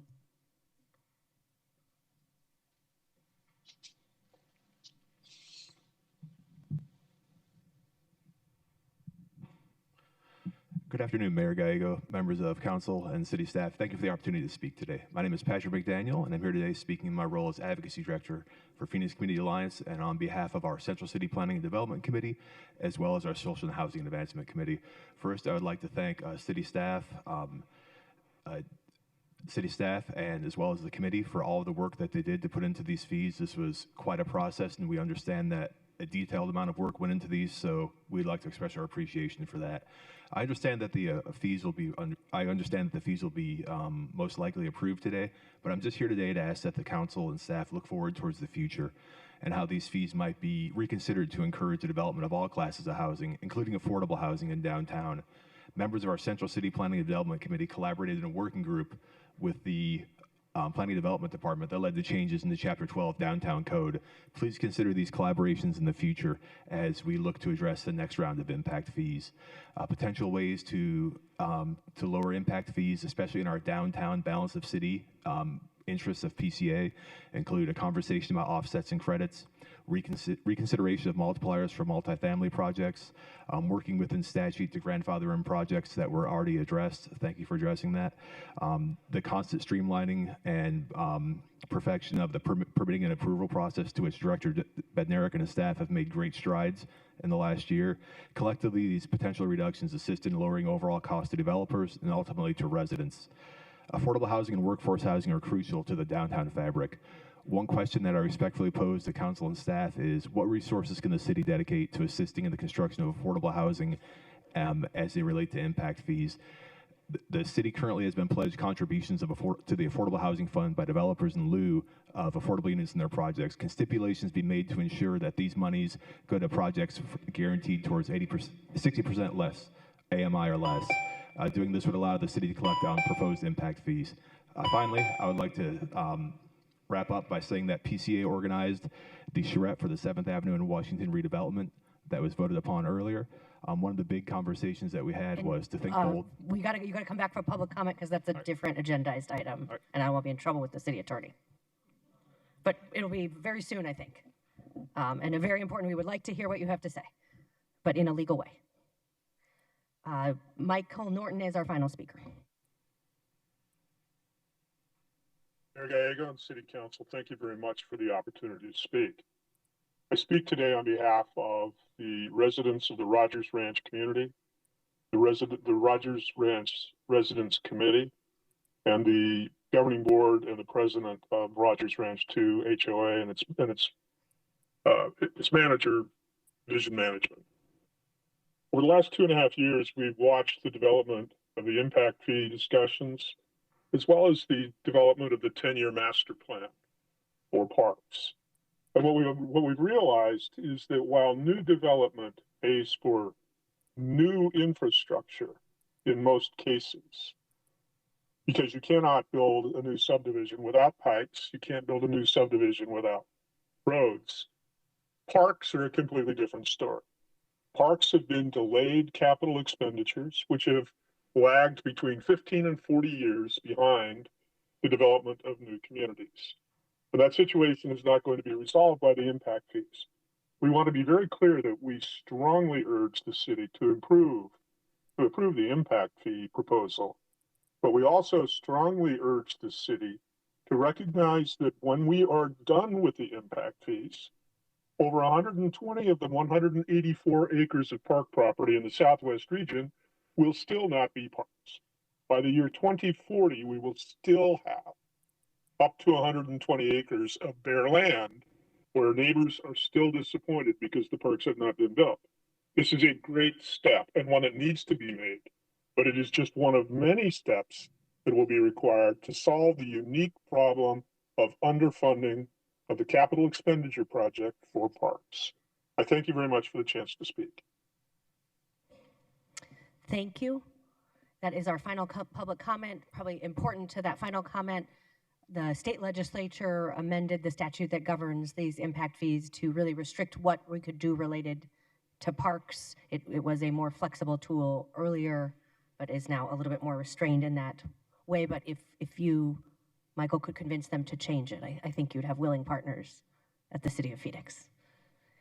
Our I will turn to our Transportation, Infrastructure, and Planning Chairwoman for a motion and comments. Thank you.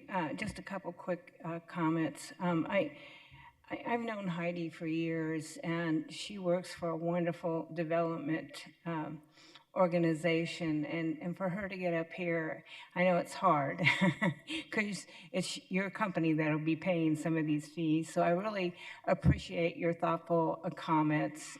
It means a lot to me.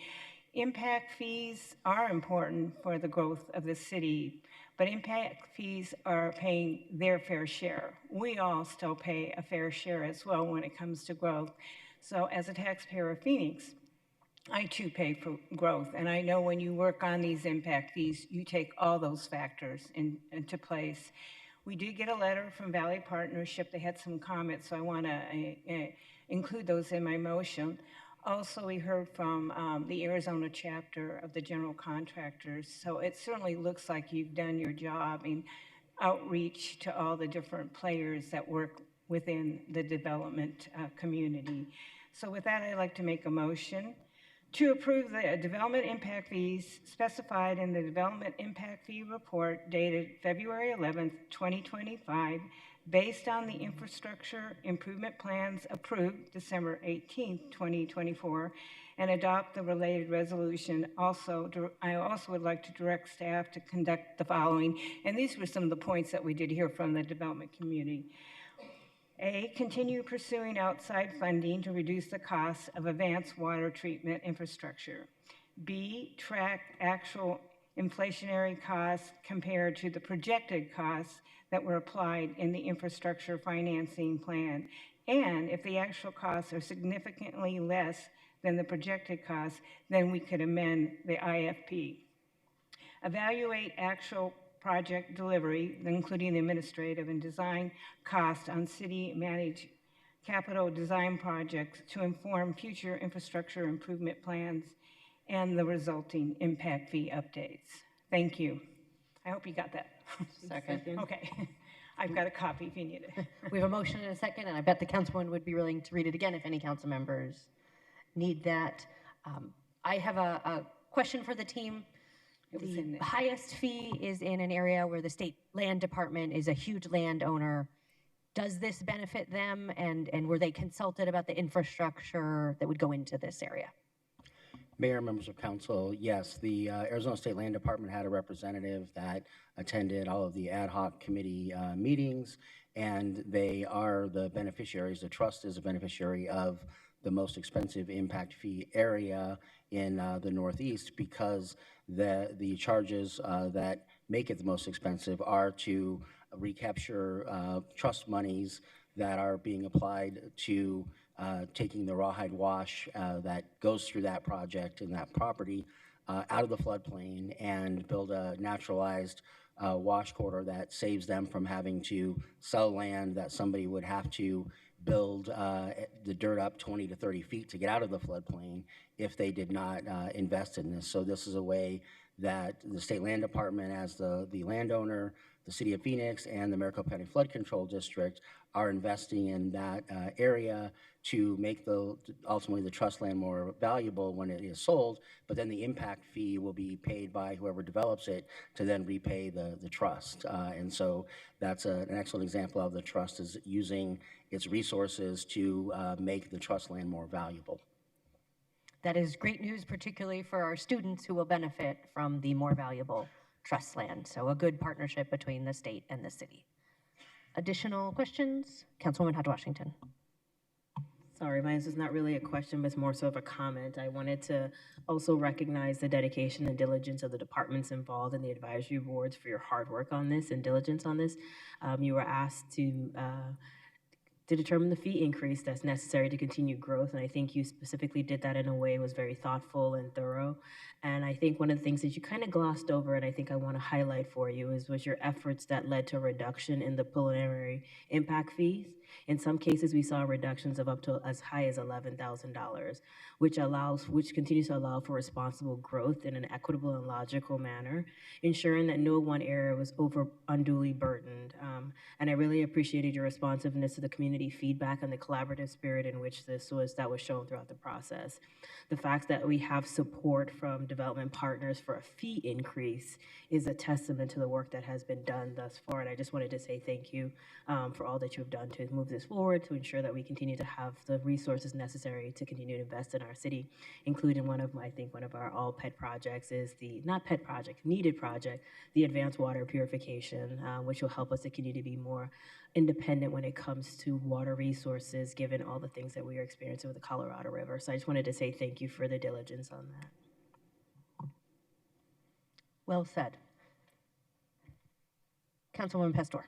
Yeah, thank you. Well, first of all, I want to, I know this has been a back and forth, I guess, of the impact fees. And it's been a back and forth, mainly with interested parties, but also with the council. So I want to thank Adam, Maxwell, Alan, and Ginger, and any of the other staff that was part of this process in having the patience and understanding of educating us and getting to where we are today, because we did decrease the impact fees by $10,000. So we were able to, you heard us, we moved, we pushed, and we were able to land to where we needed to land in order to run and move our great city forward. My understanding is that obviously it was discussed earlier about state law and the requirement of the infrastructure costs and the impact fee, and that there is no way to reduce the impact fee for affordable housing projects.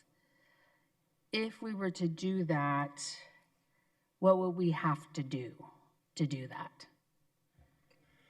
Mayor, Councilwoman Pastor, the council would have to dedicate another funding source to replace the money that would be taken out that would not be charged to an affordable housing developer. That would be due a requirement, because we cannot waive those fees, so they have to come from another funding source is the only way to do that.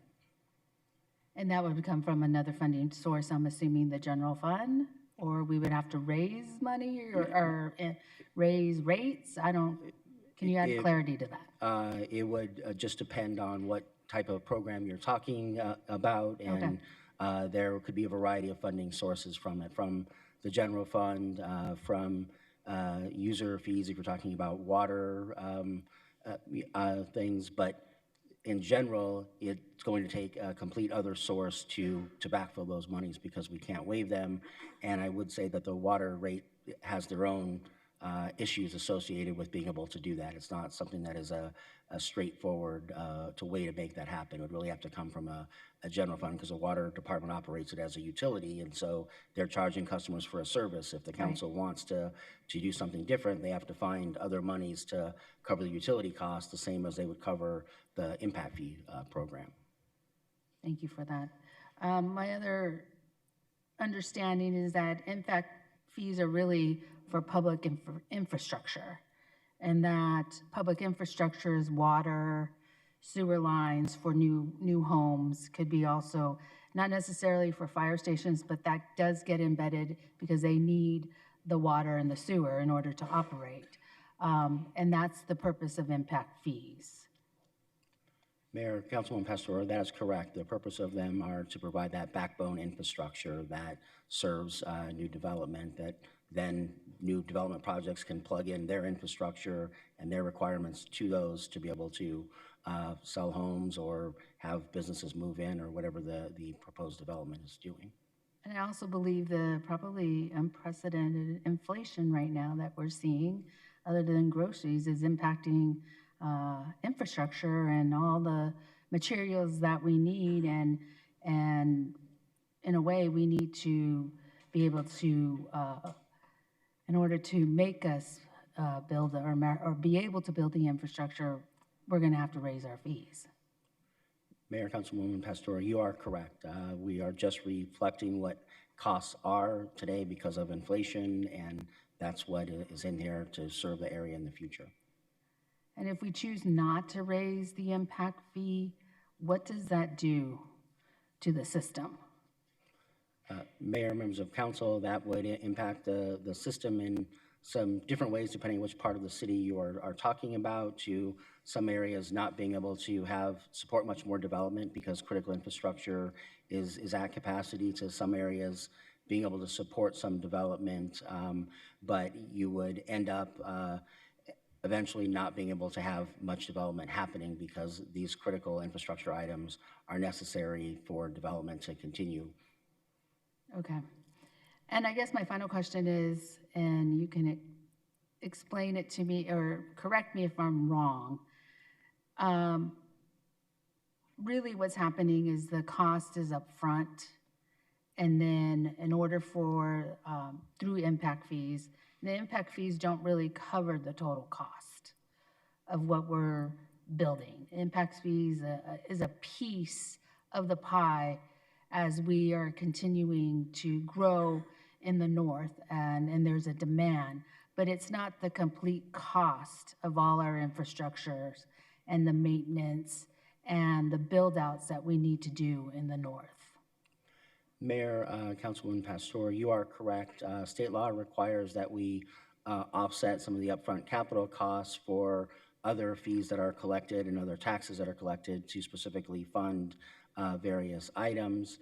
And then in addition, there is no maintenance money that is collected via the impact fee program. It is all for upfront new capital expenses. Maintenance for infrastructure has to come from existing operating budgets and other sources. Thank you. And I happen to be in a probably older district where the impact that I have is really maintenance and older infrastructure that needs to be replaced or repaired. And so I understand the dialogue regarding the impact fee. What I do want to say is because we're an older space and where I land in the heart of the city is that District 4 constituents or residents and probably some other older districts are really paying the lowest in impact fee. And really constituents of District 4 are not paying impact fees to build infrastructure in the newly development areas, which is a benefit because at one point in time, we probably were at the same space and time as the dialogue that we are having. So I wanted to thank, before I end, I wanted to thank Heidi Kimball and Dave White for serving on committees, but also leading the dialogue, along with all the Valley Partnership and our contractors in really getting us to where we needed to get to. So thank you, and thank you, Mayor. Thank you, Councilwoman. We will go to roll call on 99. Galindo Elvira, Yes. Guardado, Yes. Hodge Washington, Yes. Pastor, Yes. Stark, Yes. Waring, O'Brien, Yes. Gallego. Yes. Passes 8-0. We will next go to item 100, and I'll ask the city clerk to read the title.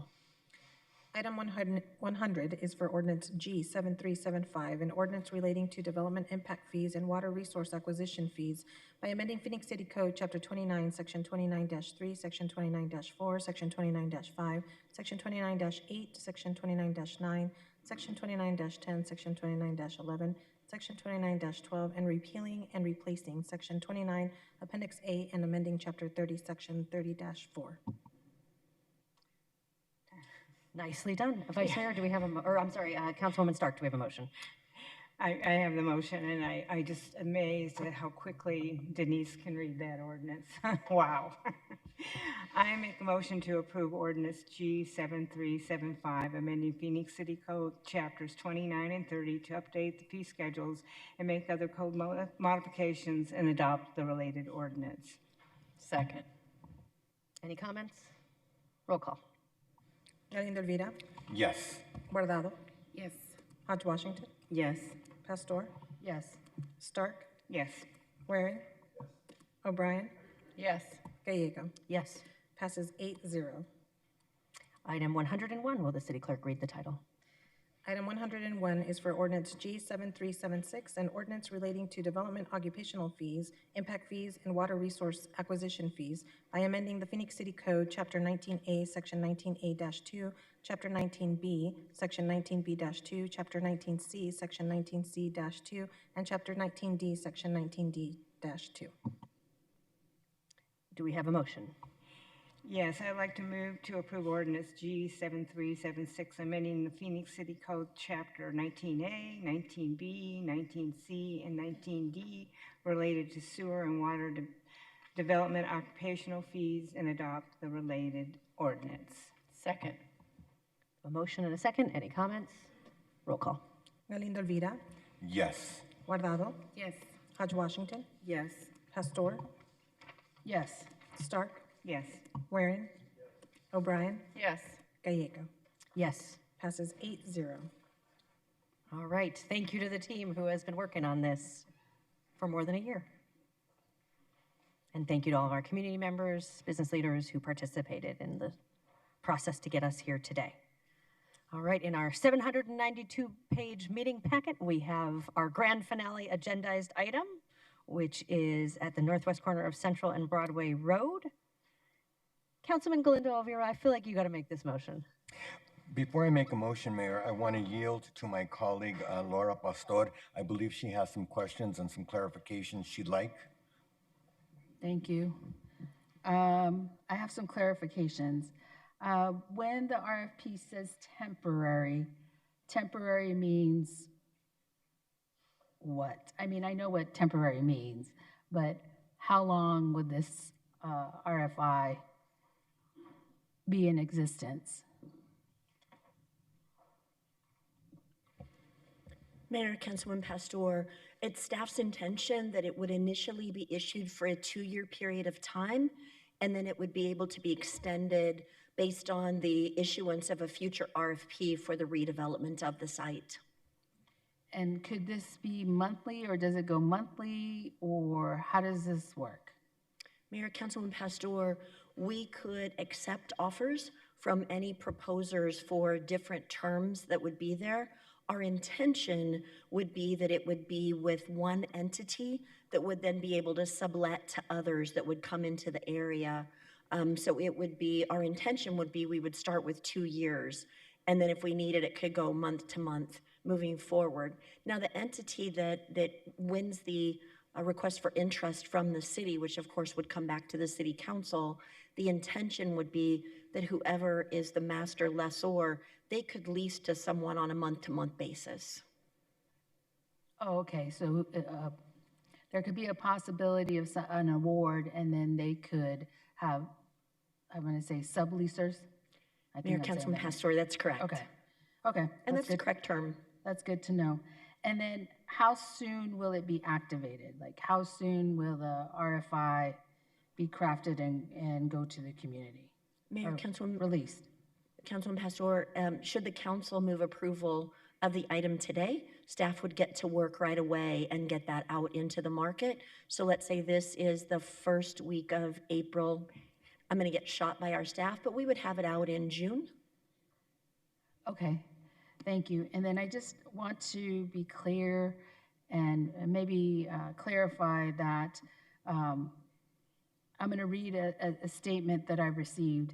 And so, and it was part of language. Really to bring new amenities for the community that include, but are not limited to social benefits such as a farmer's market, a mercado, local artist space, business support, or incubator services, organizations that provide community-based support options, or temporary healthcare services, or any other retail options.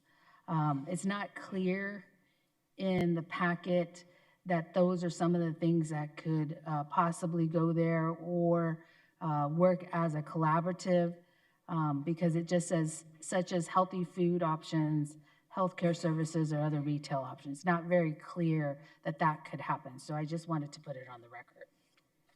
Thank you. Thank you, Mayor. Thank you. Councilman. Thank you, Mayor. Mayor and honorable members of the council, this is the last motion I'm going to make, but I want to be clear, we're talking about the Pastor Transit Center. And the conversations that I've had with staff and with Councilwoman Pastor have all been about the best way to honor the legacy in a way that's respectful of Ed Pastor.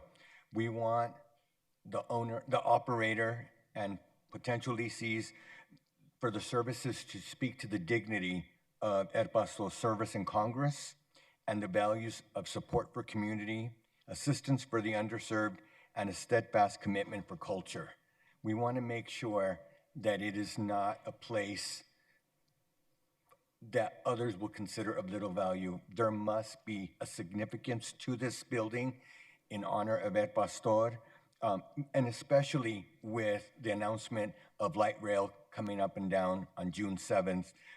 We need to make sure that people, when they're passing that center, they know that those tracks were laid and that the whole story of light rail begins with Ed Pastor. So Mayor, I move to approve the RFI for the northwest corner of Central Avenue and Broadway Road, taking into consideration the request by Councilwoman Pastor. Second. We have a motion and a second. Any comments? Roll call. Galindo Elvira. Yes. Guardado. Yes. Hodge Washington. Yes. Pastor. Yes. Stark. Yes. Waring. O'Brien. Yes. Gallego. Yes. Passes 8-0. Congratulations to those who've been working on this. And just so people know, this is not the councilman's last council meeting. We will be back next week with the policy session. So we're not letting him go yet. We will next move to the final portion of our meeting, which is public comment, and I'll ask our city attorney to explain that portion. Thank you, Mayor. During citizen comment, members of the public may address the City Council for up to 3 minutes on issues of interest or concern to them. The citizen comment session is limited to 30 minutes. The Arizona Open Meeting Law permits the City Council to listen to the comments, but prohibits council members from discussing or acting on the matters presented. Thank you. We'll begin with Patrick McDaniel.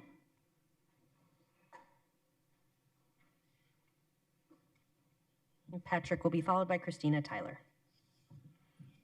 Good afternoon, Mayor and council members. Thank you again for the opportunity to speak today and for the opportunity to conclude my thoughts. I was just stating that we had the opportunity to organize a charrette for the corner of 7th Avenue in Washington. The redevelopment of the area is a generational opportunity for downtown. It will unite the warehouse district, the emerging Capitol Mall area, Grand Avenue, which is seeing so much attention. And we know that there are stipulations for affordable housing in the RFP. We just ask that as that be the baseline, that be the minimum, that there are more opportunities for affordable housing in our downtown core. We have a chance to shape downtown, to remake it for a new generation of Phoenicians, so please, let's not lose this opportunity. So once again, thank you for my second opportunity to speak today. Thank you very much. Thank you. Christina? And Christina will be our final speaker.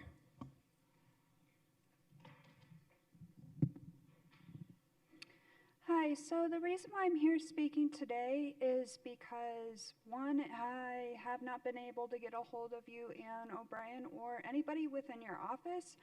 And what has been happening is that you guys, for your trial budget, plan on having over $22 million go to the fire department. And when I was reading through it, it has to do with reducing response time, which I'm in full support of.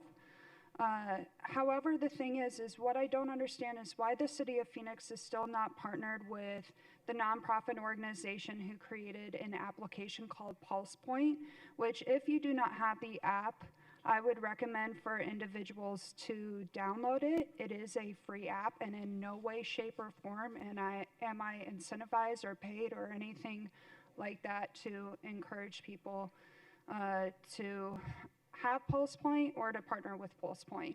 What it does is it makes it to where people who are willing responders within the community of a 5-mile radius with the fire departments that have partnered with the nonprofit organization to use the application, you would be able to get notifications even while your phone is on silent to be able to help and assist in doing CPR. In Casa Grande, when I have spoken to their firefighters, where the Casa Grande Fire Department has partnered with Pulse Point, they get notifications from Pulse Point even before the 911 dispatcher. So I think if our goal is to have more responders and to reduce the amount of time that it takes to respond, I think that the city should really consider what is there as people who are willing volunteers to be able to help assist and aid in emergency. Thank you. Thank you. We are adjourned.